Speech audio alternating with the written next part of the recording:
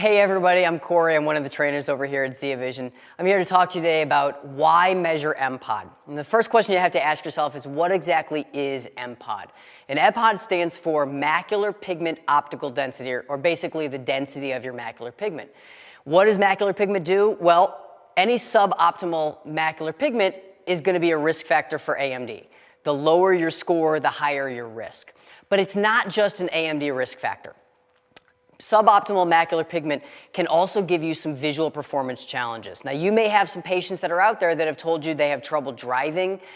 During the day, it's really bright and they're sensitive, their eyes start to tear up, they got to throw their sunglasses on right away.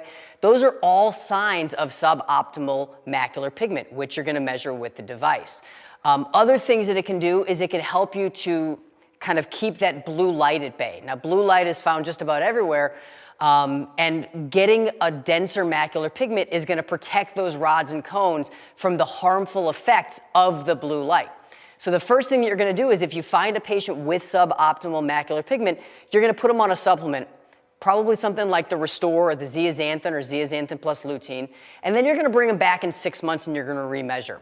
What's really great about measuring MPOD is that when you have your patients come back after 6 months, as long as they stayed compliant with their supplements, there is a really great chance that their score is going to go up, which is going to be awesome for you. They're also maybe going to even tell you some visual performance changes that they've seen, better driving at night, not throwing their sunglasses on right away, which is really going to help you out in the long run. Measuring MPOD is just fantastic for being able to do those kind of things. If you have any other questions, feel free to contact our customer support team. Look forward to talking to you again soon. Take care.